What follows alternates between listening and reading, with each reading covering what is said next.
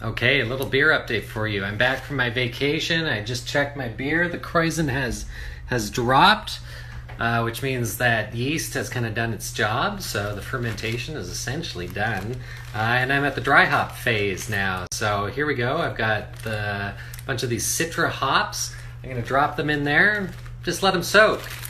When you boil these, when you're boiling the wort, that brings out all that bitter taste of the hops, but when you just add them dry hop later, it's just sort of an aroma and like a taste thing. So it's not the bitterness you might associate with a hoppy beer. It's more those gentle, sweet flavors. And the interesting thing is, hops have a natural oil in them that fight off any sort of like bacteria, so you don't really have to worry about sanitizing this. Although now that I've said that, I probably should.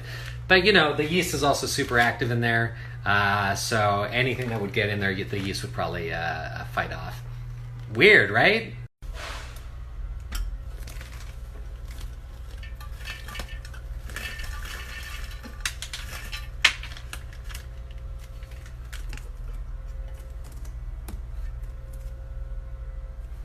Okay, I also want to show you this. I purchased a big roll of this stuff. This is reflectix.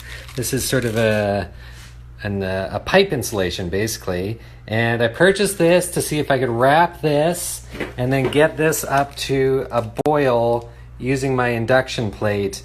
And I tested it, and it didn't work. It was another big waste of time. You just can't get it up to temperature with that little induction plate I got.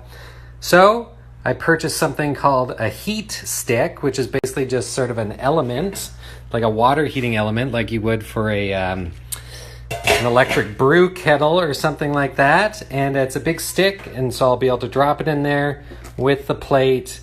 That's going to allow me to get boils going inside on electric, clean energy without using propane.